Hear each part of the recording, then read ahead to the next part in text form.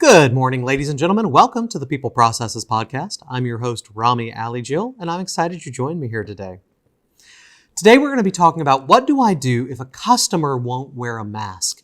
If you're a retail establishment or a service provider and you've stated that that they should be wearing a mask and they come in and they won't, an employee confronts them, what do we do here? The CDC just laid out some new workplace strategies for COVID-19 related violence prevention. Okay?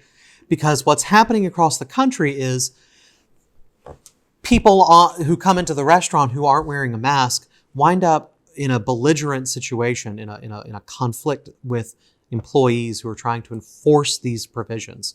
And the CDC has posted information on limiting workplace violence related to retail and service businesses, COVID-19 prevention policies. This information is also intended for other customer-based businesses. The targeted businesses on that CDC guidance include department stores, grocery stores, gas stations, and restaurants that are open and have implemented state, municipality, and company-directed coronavirus prevention policies. Practices to minimize spread among employees and customers. Businesses may also need to adapt the outlined strategies based on physical space, staffing, and other factors.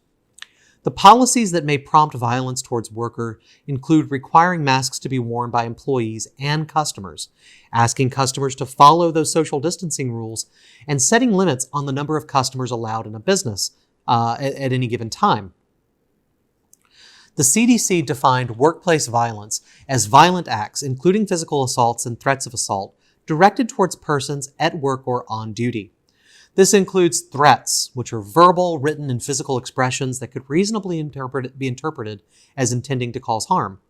Verbal assaults, yelling, swearing, insulting, or bullying another person with the intent of hurting or causing harm. Unlike physical assaults, the intent is not necessarily to cause physical harm, but negative emotions of the person being assaulted. This is listed in the CDC.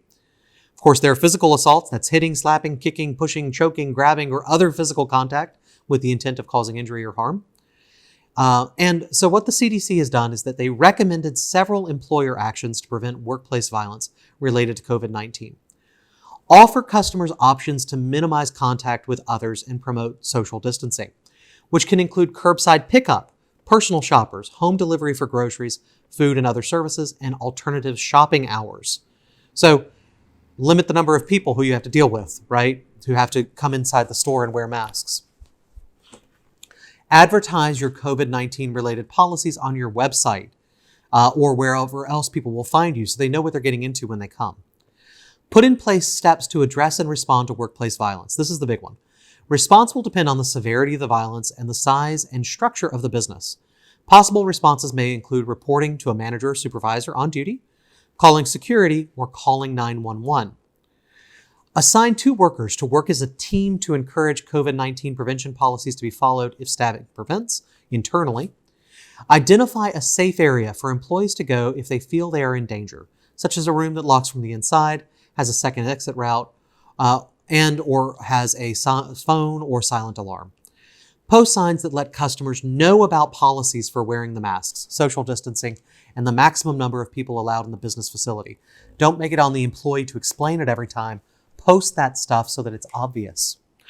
Provide employee training on threat recognition, conflict resolution, and nonviolent response, or on any other relevant topics related to workplace violence response. If this is an issue in your organization, you need to give your employees the training and direction on how to deal with it. It may not be an issue in yours, but if it is, training is very important. Remain aware of and support employees and customers if a threatening or violent situation occurs. So be there for your employees if they go through something like this. Make sure that you are understanding and give them time to recover from any sort of issue. Have security systems, guys. Panic buttons, cameras, alarms, and train employees on how to use them, okay? Also, training on warning signs is helpful. Employee training on workplace violence usually covers definitions and types of violence, risk factors, warning signs for violence, prevention strategies, and ways to respond to threatening or potentially violent situations. According to the CDC, warning signs include verbal cues, such as speaking loudly or swearing. Nonverbal cues can include clenched fists, heavy breathing, fixed stare, pacing, among other behaviors. The more cues that are shown, the greater risk of violence. Appropriate responses to potentially violent or violent situations range from paying attention to a person and maintaining non-threatening eye contact, to using supportive body language and avoiding threatening gestures, such as finger pointing or crossed arms.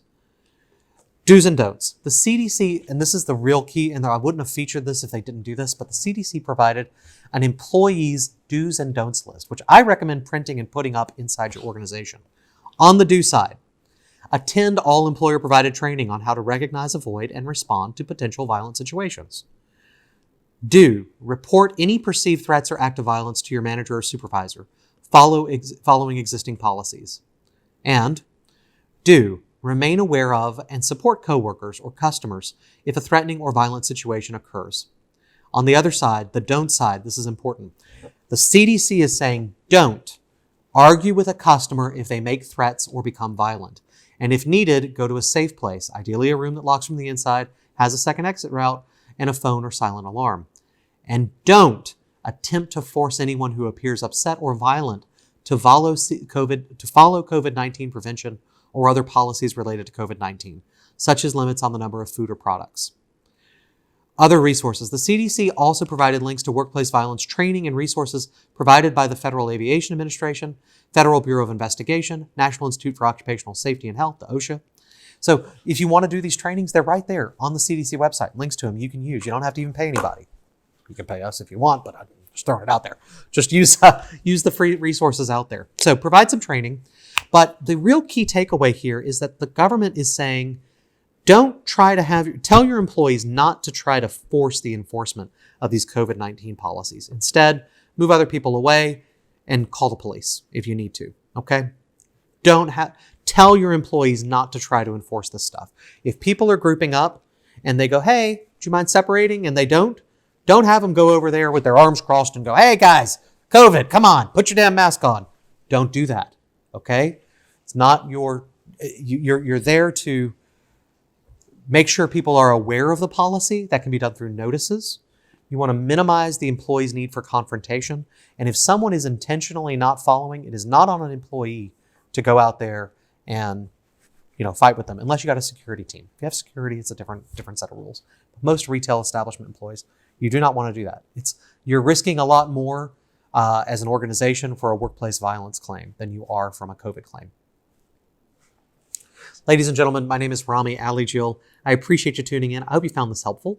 Please take a moment to comment on this episode, like, subscribe. On YouTube, I'm reading every comment. If you will write me a comment, I will respond. We would love to have you subscribe on there. We're trying to get to 1,000 subscribers. We really need it. We're not very close, but we're going to keep working on it until we get there. Also, if you're on iTunes, Google Play, one of those places, rate the episode. Makes a big difference. And at peopleprocesses.com, you can find links to both iTunes, podcasts, and the YouTube video itself. And if you subscribe on there, you get special subscriber-only content where we email you specific information, and then you have access to things like checklists, onboarding forms, things like that. Thank you for taking the time. Now it's time for you to go out there. Have a great day and get your work done. I'll see you tomorrow.